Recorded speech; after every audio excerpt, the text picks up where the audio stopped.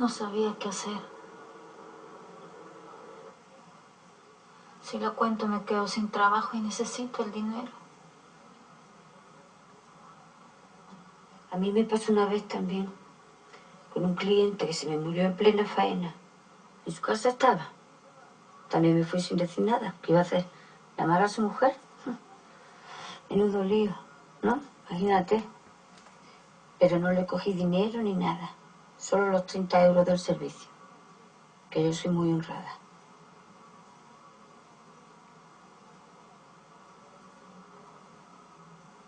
Se adelantó, carajo. Qué prisa tenía el viejito. Si hubiera aguantado un ratito, ¿qué le costaba? Me dejó sin trabajo. Esto no se hace, ¿no? No está bien. Eso no está bien, eso es verdad.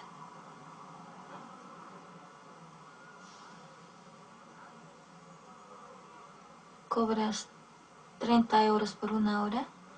¿Te parece mucho? Más que yo en todo el día. Y todo el día sin hacer nada, bonita. Que mi trabajo necesita una especialización, el tuyo no.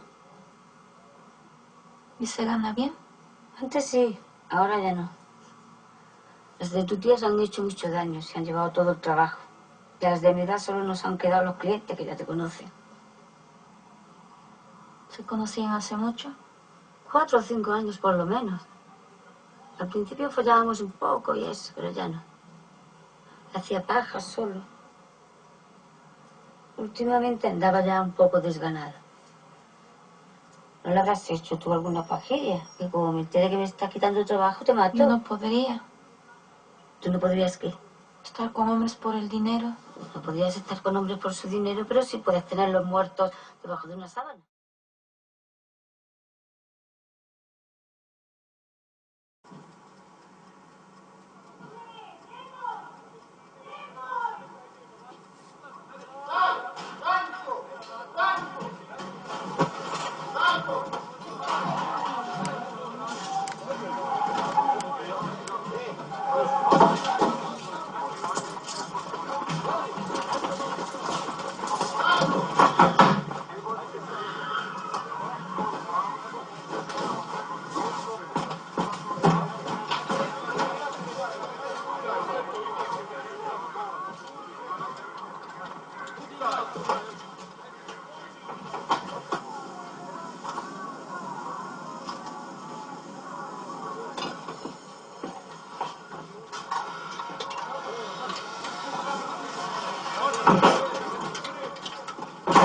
Okupljamo sve seljane.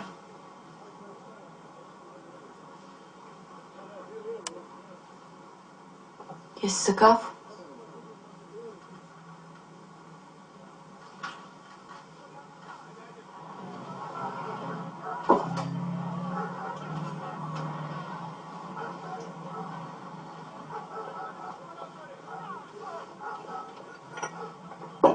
Pakuj se. Ideš na put. Ali ja sam ovdje učiteljica.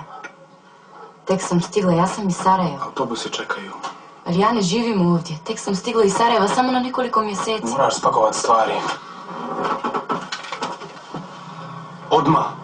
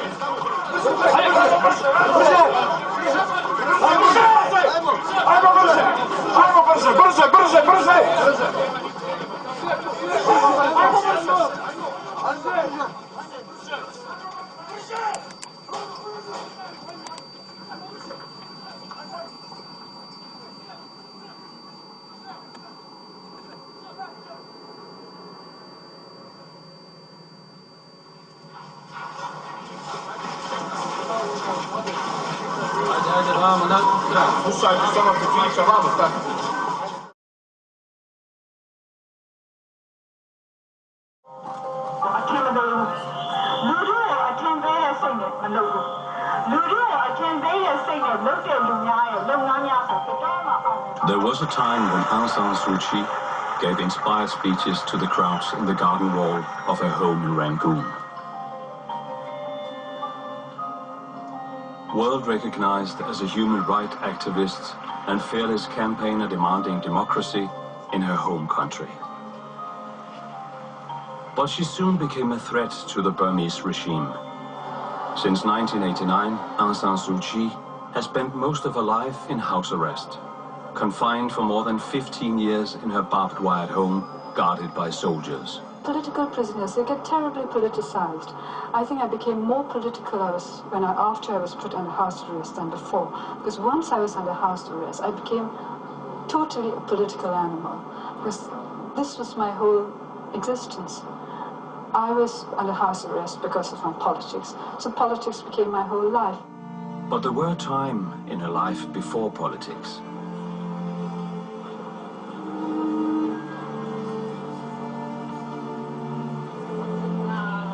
Only a few are aware that Aung San Suu Kyi once led an entirely different life among Oxford academics, with dinner parties and a British husband, 2 sons and a dog. A life and a family she abandoned abruptly and with fatal consequences. You decided to commit yourself to the country, to Burma. That meant leaving behind your husband and 2 sons. And this must have been a terrible dilemma. I never answer personal questions.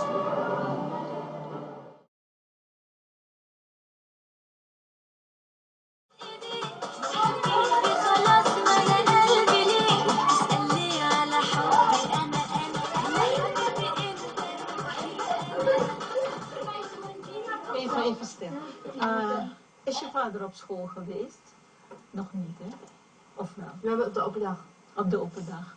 En hoe was het de eerste dag? Ja, eigenlijk.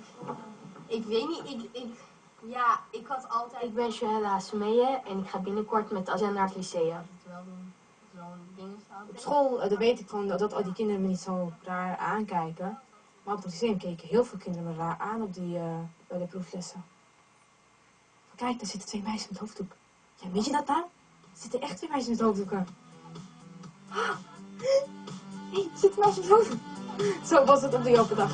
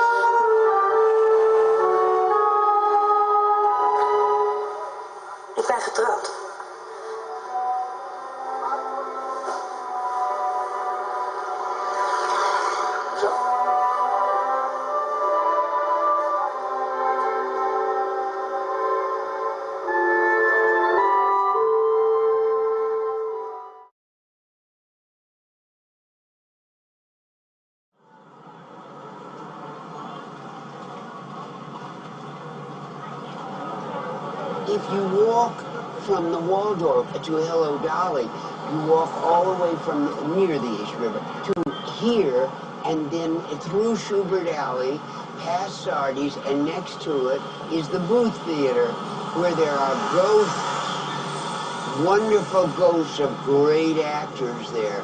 And they talk to you before you go on. They're there, you feel it. I saw you at Hello Dolly when you were in Birmingham years ago, and you were just amazing.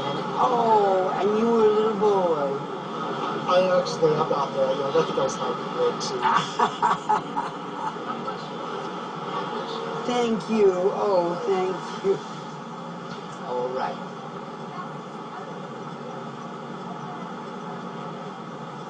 And I used to walk through this alley every night from my hotel through here. Do you mind if I take a picture? I don't mind at all. Hey, these guys just won the Tony for Best Musical. Oh, are you in this musical? Oh, what a privilege to be in a Broadway show. Oh, my gosh. That's your costume? Well, it has no diamonds on it. It has nothing. How can you get the audience without... Well, the rest of it's inside. Oh, I see. Big bling inside. Oh, I've got to come and see you. All right, is it time for the matinee? Are you late for the show? We're in the middle of it right now. In the middle of it? How do you know you're not due on stage? We have like a 15-minute, yeah. Believe me, we should pay them. The experience of finding out that the audience is with you. And I remember that in the 5th grade, my first time on stage. 777, it doesn't make any difference. And here I am almost 90, and I'm still doing shows. I don't know why you applaud that, it just happens. I mean, I had nothing to do with it. Oh.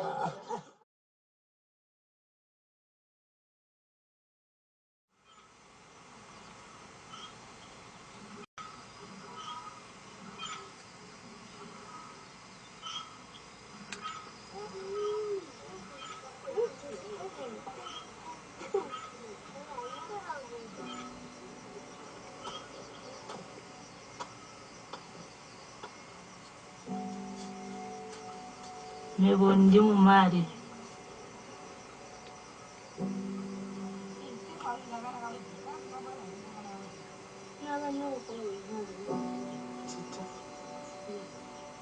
Oh, tuito tatwi. Brenda Mwimba number 1. Matuda number 3.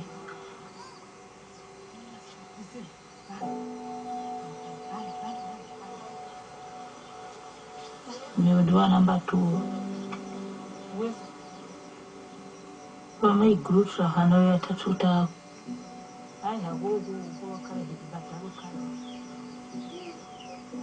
Rayinje hamba letayini. Natutiende zetu amwita. Mapenzi mwono.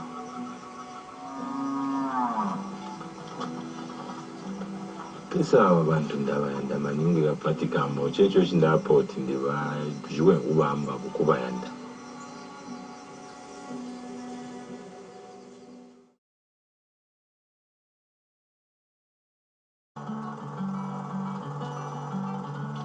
Dit ben ik, geboren op 28 juli 1973. Al snel kreeg ik er een broertje bij. Ik groeide op binnen een gelukkig gezin. Mijn vader werkte als bioloog en mijn moeder als arts.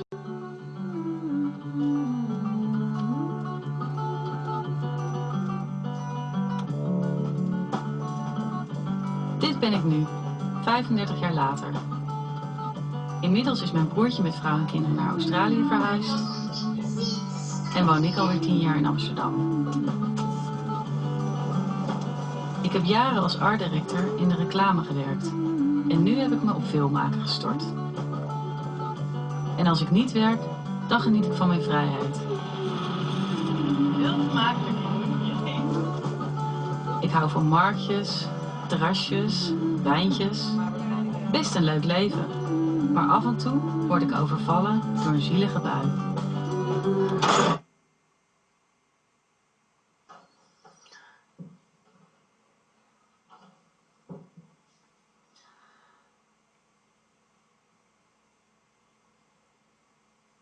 voel me de laatste tijd best wel alleen.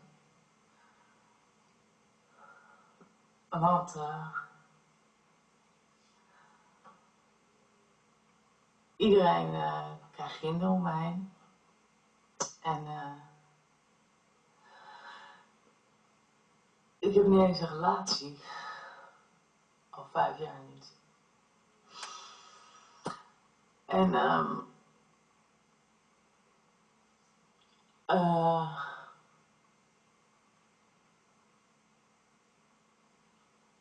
ik heb gewoon het gevoel dat het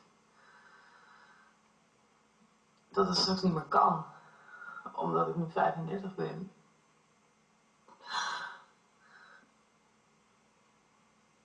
Dat ik misschien gewoon wel nooit kinderen kan krijgen.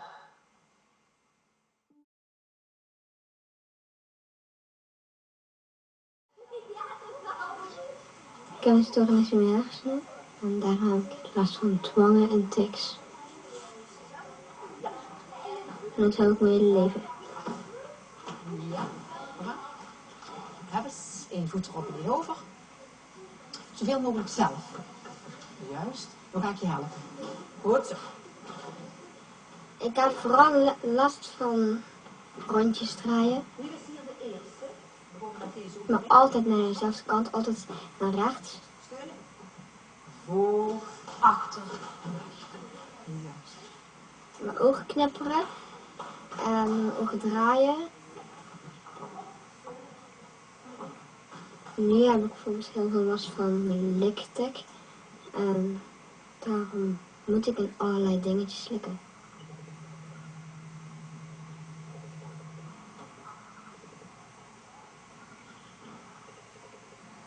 Mama had laatst geteld en toen had ik in 10 minuten 23 keer ergens aan gelikt.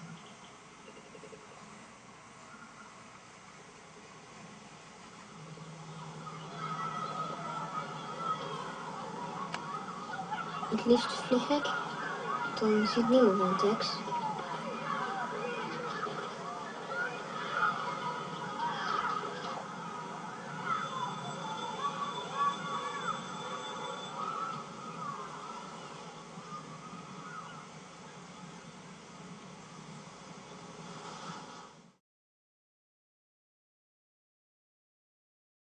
Ik ben Joppe, ik ben 13 jaar. Officieel ben ik een jongen, maar ik weet zeker dat ik een meisje ben. Ik ben als jongen geboren, vroeger, maar al vanaf kleins af aan had ik het gevoel dat ik liever een meisje wilde zijn. Zo speelde ik met Barbies en trok ik jurk aan, liever dan broeken eigenlijk, en droeg ik graag pruiken. Ik weet niet waar het gevoel eigenlijk vandaan komt, maar het was er gewoon. Want mocht je dan ook meteen meisjeskleren aan? Nee, ik mocht niet meteen meisjeskleren aan, want ze willen je natuurlijk zo lang mogelijk in de werkelijkheid houden. Ook mijn ouders hadden volgens mij in het begin van, ja, je bent toch een jongen. En dat is nou eenmaal zo.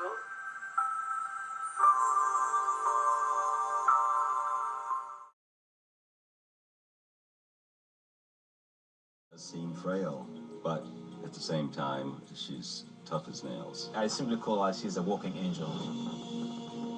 I can sometimes recapture what it was like to sit here when I was a young girl. Everything I saw was new and exciting.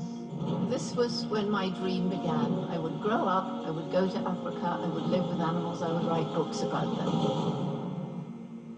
If we are the most intellectual creature that's ever walked on the planet, how come we're destroying that planet? Now it was time for me to do something. We must learn to live in peace and harmony, not only with each other, but with the natural world.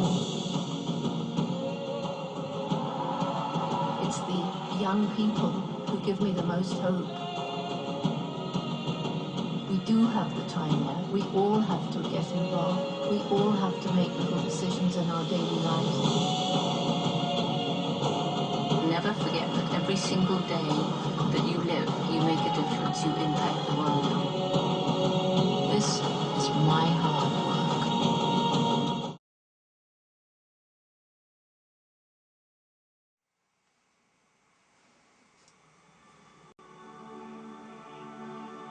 There was once a village along a river.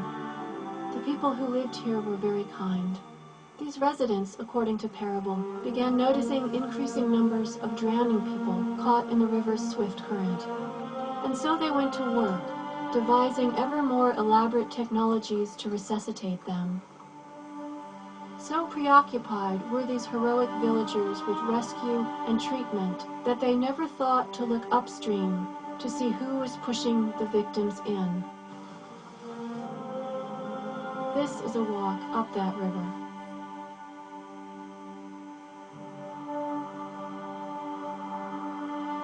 Dr. Sandra Steingraber is an internationally recognized expert on the environmental links to cancer. A cancer diagnosis is the beginning of an unplanned journey. There is a story behind each one, and this is my story. I left the lab bench for good and reinvented myself as somebody who writes about scientific evidence for the public. The disconnect between what we in the scientific community know about carcinogens and what cancer patients are told is huge. One of the difficult things with PCBs is not just what you were exposed to yesterday, it's perhaps what you were exposed to 20 or 30 years ago. Atrazine is the #1 or 2 weed killer in the world, and it is the #1 contaminant. There's almost no aquatic environment, including rainwater, that's atrazine-free. It's not just the dose that makes the poison, and it's not just the timing that makes the poison. It's who you are that makes the poison. When you have cancer young, your ability to kind of lay a plan is taken away. There are things in this world in which you need to presume longevity. We should become carcinogen abolitionists. These chemicals simply need to be phased out. When carcinogens are introduced into the environment, some number of vulnerable persons are consigned to death.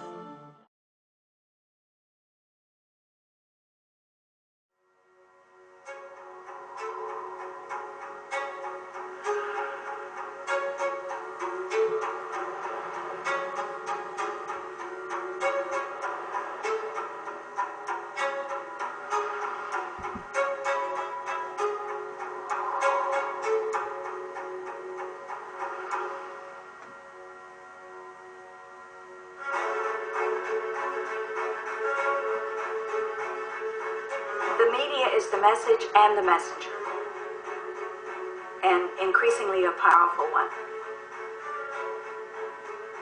People learn more from media than any other single source of information. So if we want to understand what's going on in our society in the 21st century, we have to understand media. If you think about media and technology, they're delivering content that is shaping our society. They're shaping our politics, they're shaping our national discourse, and most of all, they're shaping our children's brains and lives and emotions. We estimate there's somewhere north of 1 billion people who use the internet every single day. That's just a reach that hasn't existed before in terms of media. Our kids today live on Facebook and cell phones. The diversity of the platforms means that those images are impacting your kid 24/7, and whatever restrictions existed when we were growing up simply don't exist today. Girls get the message from very early on that what's most important is how they look, that their value, their worth, depends on that. And boys get the message that this is what's important about girls. We get it from advertising, we get it from films, we get it from television shows, video games, everywhere we look. So no matter what else a woman does, no matter what else her achievements, their value still depends on how they look. There is no appreciation for women intellectuals. It's all about the body, not about the brain. You all saw the famous photo from the weekend of Hillary looking so haggard and looking like 92 years old. Breast implants. Did you have them or not? Because that's all over the internet about you in mainstream media. I think if you waterboarded Nancy Pelosi, she wouldn't admit to plastic surgery. The fact that media are so limiting and so derogatory to the most powerful women in the country, then what does it say about media's ability to take any woman in America seriously? The media treats women like shit, and it's horrible, and it's like, I don't know how we survive it. I don't know how we rise above it.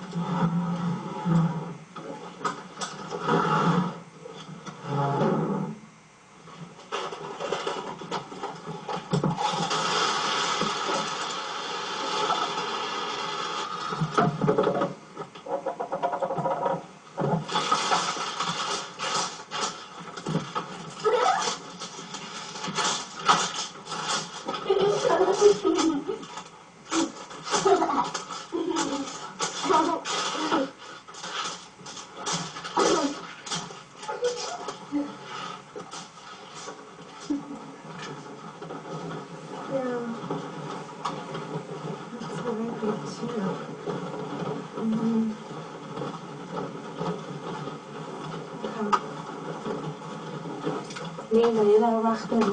شما اینجا چیکار میکنی؟ واقعا الان وقت ندارم حرف بزنم. یه دقیقه میخوام باهات صحبت واقعا کنم. نمیتونم. لیلا من میدونم بچه‌تو میذاری تک و تنها میری بیرون. کدوم بچه؟ اون بچه که دائم صداش میاد. لیلا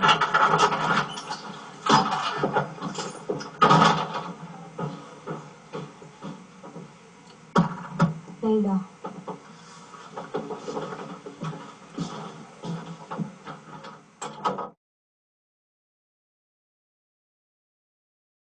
kanssa puhelimessa.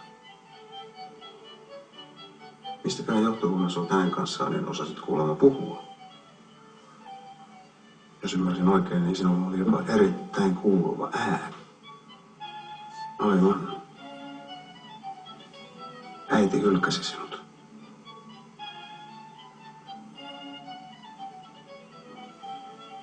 Minä ymmärrän.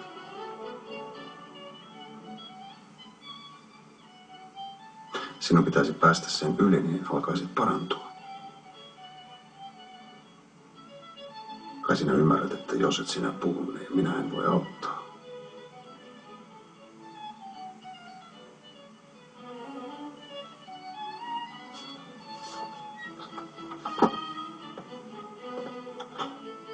Kuuntele tätä, Anna.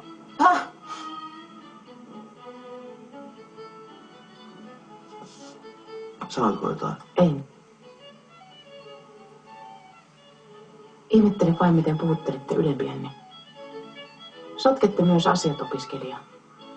Henkilö, josta äsken puhuitte, on taloudenhoitajani.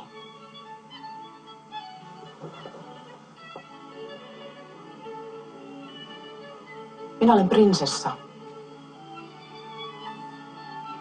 Prinsessa.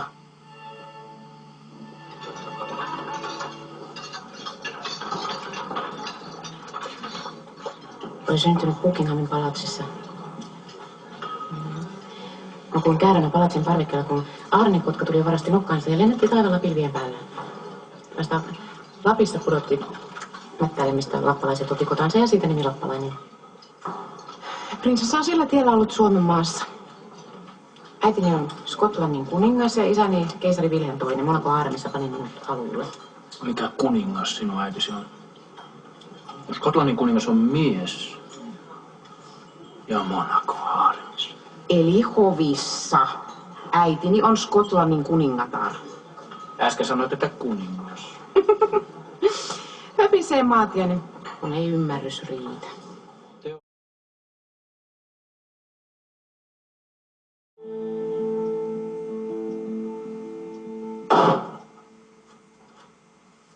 Je ne vous réveille pas au moins. Je suis désolée. Fouillez dans mes affaires. Pardon? Mais non, mais... Bon, remettez ça où vous l'avez trouvé. Et arrêtez de vous excuser à tout bout de champ. C'est facile des faiblesses.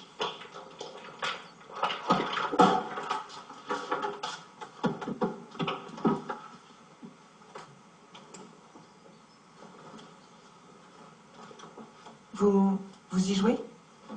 Si je joue aux échecs? Moi, j'y joue. Vous? J'ai un échiquier électronique à la maison. J'apprends la nuit. Et le jour, vous dormez?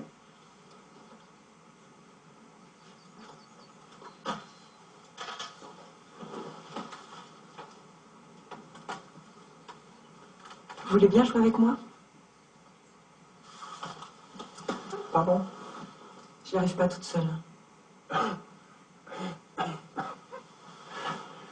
Alors, pourquoi les échecs? Pourquoi moi? Parce que je sais pas qui d'autre lui demander. Essayez les réussites plutôt.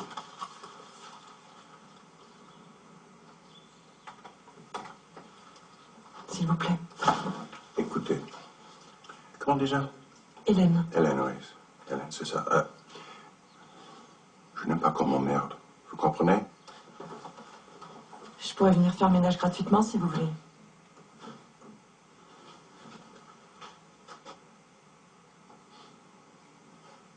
Alors, si vous me prenez par les sentiments, mardi, 16 heures. Que les choses soient bien claires. On fait un essai. Une fois. C'est compris?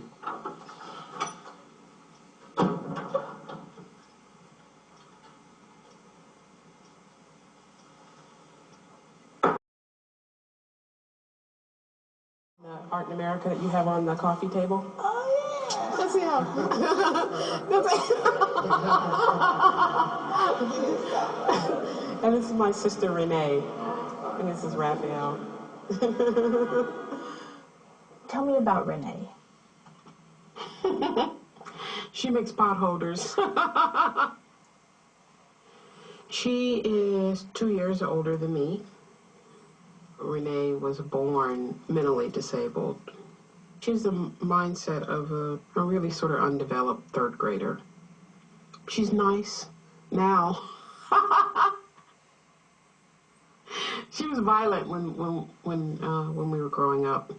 She was on a lot of medication, and I just think she had a lot of anger, as an adolescent.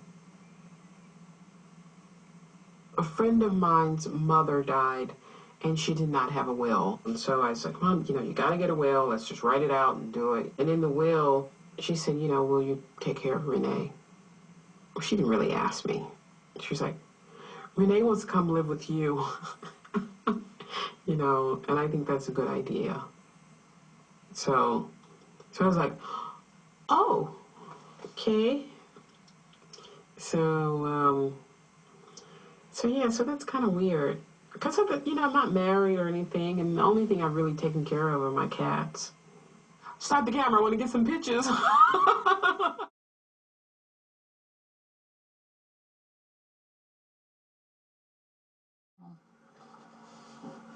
This past year has been a tough one for me. Physical problems have dogged me. No touch, little companionship, hardly time even for friendship. My sense of myself as a sexual being seems to be almost gone, and that in itself is hugely discomforting to me. My therapist says that all that desire will come back when I meet the right man, but that possibility seems to be more and more remote. I've tried dating a few guys from Match.com, and I'll have to say I've been mainly just bored with their company. The parish is getting harder for me as I age, and I think I may have another calling that waits for me. I think I need to create, but I get mired down in the everyday. And so what is my dream of my life? The undistracted, given-over, focused life. It would include a lover and a friend, a husband maybe. And writing. I want to write, to try my wings, to see if my voice is wanted, needed out there. I'm seriously considering retirement, but the protocol for that would require me to be absolutely away from the church, cut off from my people for 2 years. I'd be losing my community, and that feels awful.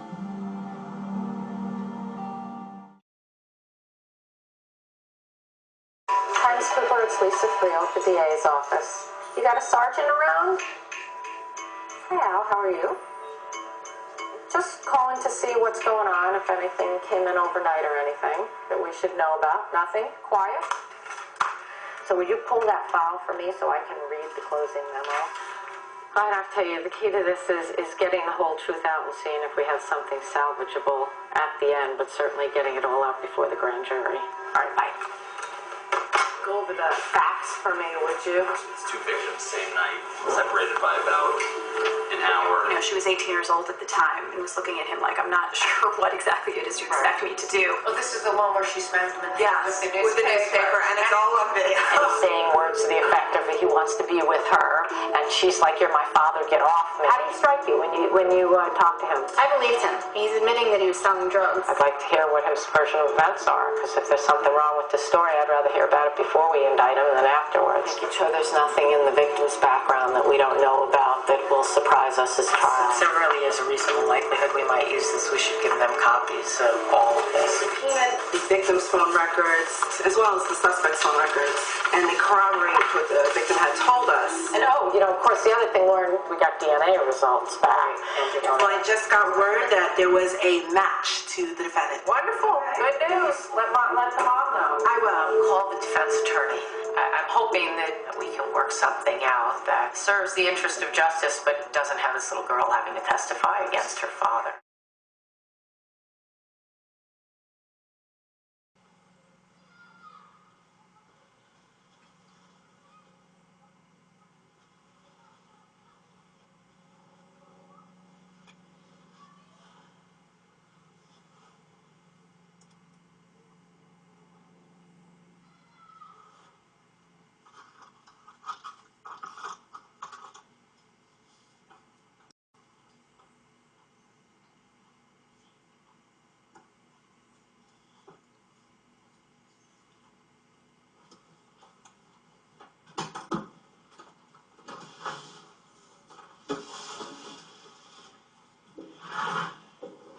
Tu fais quoi?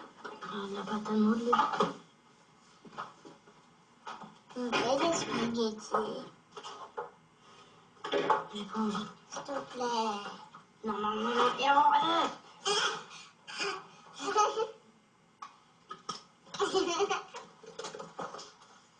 Faire des spaghettis. Tu peux me donner un truc violet?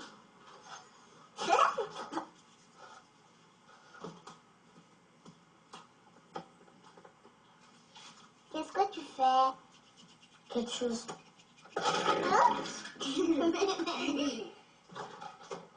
Attends. Attends. Attends. Ah non, c'est bon.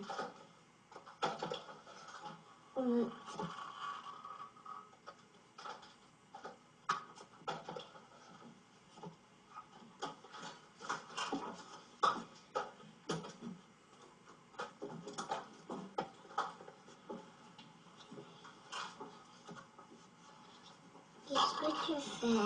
Je ne regarde pas. Qu'est-ce que tu fais? Je t'ai déjà dit, je te le dirai pas. Pas gentil.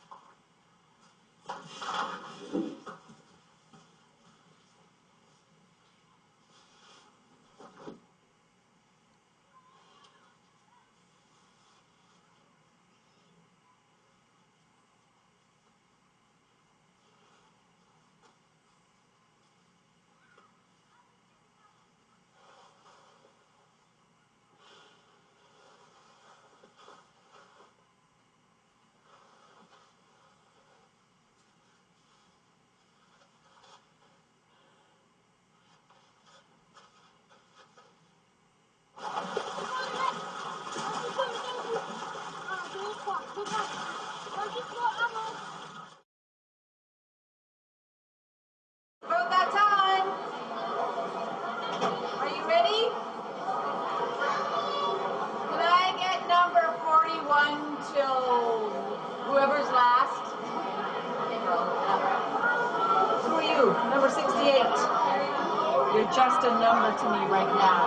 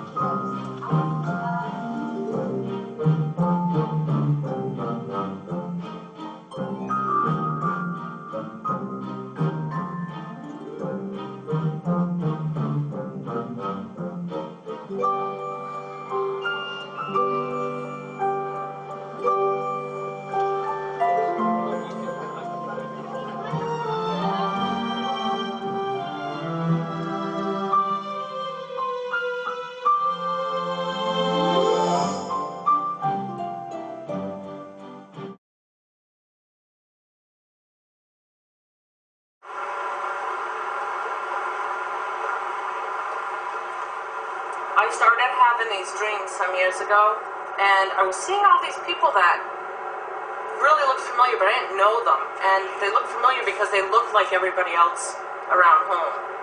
They were talking to me, and I didn't understand what they were saying. I'd never heard the language before, but it sounded familiar, but I just thought maybe I was getting a little nutty. Sometime after that, I was traveling down this road, and I saw that sign for Sipawissa, and I don't know why, but the light just went on, and I thought, oh, I wonder if that's Wampanoag language I'm hearing. I wonder what that is, and it just never dawned on me that that's what I was hearing until I saw that one sign. Looking at that word and saying that word in my mind, thought, well, I don't know anything about our language. What was it like? Nothing about it.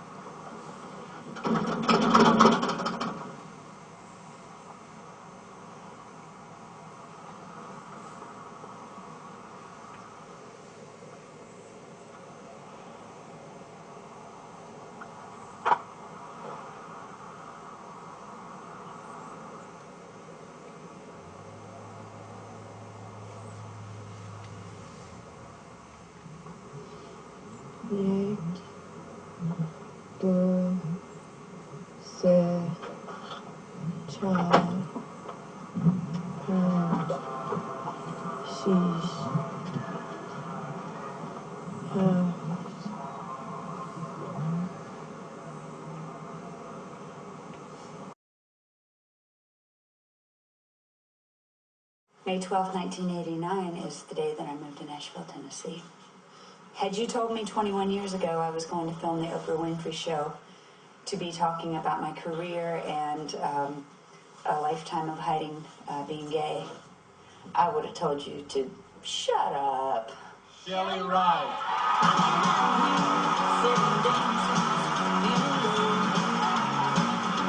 Oh, wow, thank you so much. This is the greatest night of my life. I love you. Ladies and gentlemen, Miss Shelley Ride. I wake up every morning, you go thumbing through the personal romance. Here's Shelley Ride. The latest coffee, a cup of coffee, and setting in for a good laugh. I'm enjoying the Hey, this is Taylor Swift. Shelley Wright, pack the house. My hero. I'm so excited I could get sick. I hope you get the message that there's a single white female. Nobody in Nashville is out if they're an artist, out to the fans and out in the press. You just don't do that.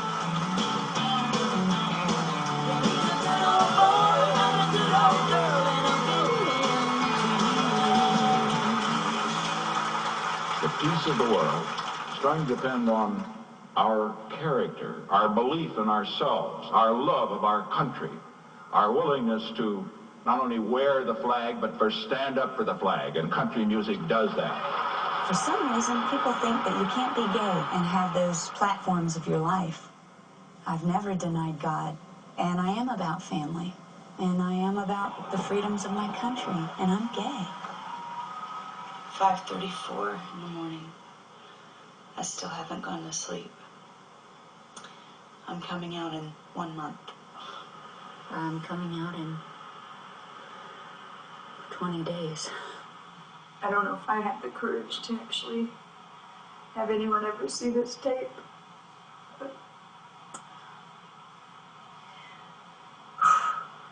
Sometimes living one's honest life is damn near impossible. I'm just trying to live mine openly and honestly. Because living it not openly and not honestly about killed me. So I'm gonna take a bath. Wishing me away.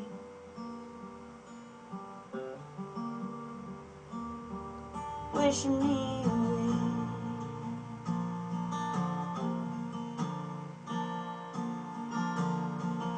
Won't wish, hope and pray. Wishing me away.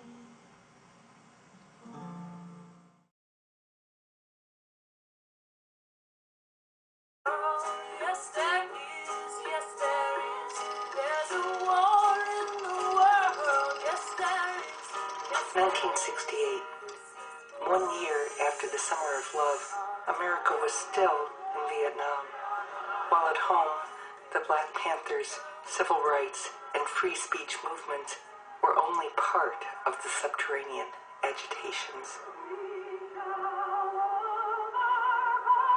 Another revolution was in progress. There was a moral fervor to gather the fractured, displaced, and scattered remnants of the conditions of obscurity. I was a freshly radicalized graduate student at Berkeley during the free speech movement. I came from Cleveland and was expected to return. But after Berkeley, there was no turning back. I felt an urgency to capture that moment, to hold on to that experience. I wasn't about to trust my own memory, which was fragile even then. So with a borrowed camera, I shot people that came through my living room, right here on this very sofa 35 years ago.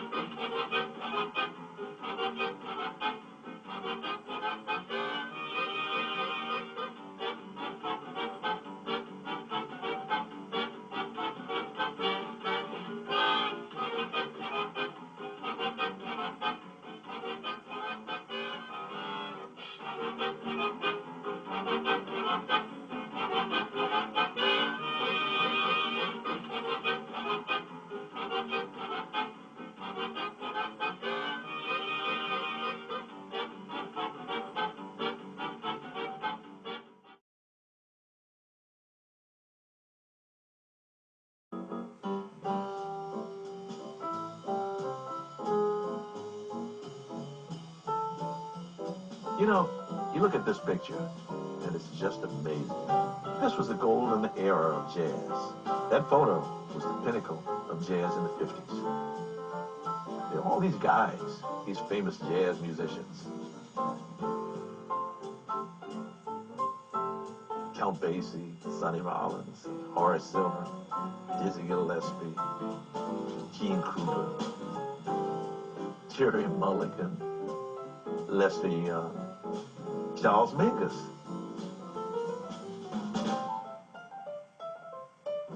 Thelonious Monk and Coleman Hawkins. That's a good combination, Monk and Hawk. And then there's these two women. But who are they? Hardly anybody knows.